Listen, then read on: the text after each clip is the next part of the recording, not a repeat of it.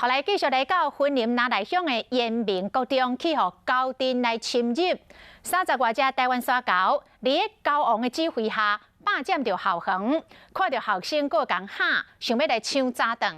学校讲，可能是山顶的灵境甲金蕉拢已经采收了咯，加上欠水，这高阵讨无者，才会大胆冲入去校园来扰乱。要攻击他，很近呢。 女学生落单行入去校园，两只高山做势要甲攻击，女学生行甲倒退女，还有男学生手提炸弹，高山嘛伸手要甲抢。连家长都怕你开会。对啊，那不知道该怎么办。有家长骑车载囡仔，互高阵行甲都爱细路，超过30只的高山伫个高王的指导下，冲入去云林拿来乡的延明国中，霸占校园，警卫也甲赶，搁企图开门冲入去警卫室要报复。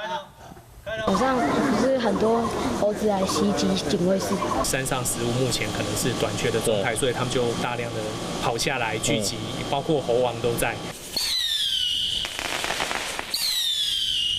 目前公所有5个赶狗的专业人员，刷落来这几天，可能拢爱提早甲学校协助赶狗。也毋过赶狗的预算只到10月底，若是狗害愈来愈严重，可能会危害到老师甲学生的安全。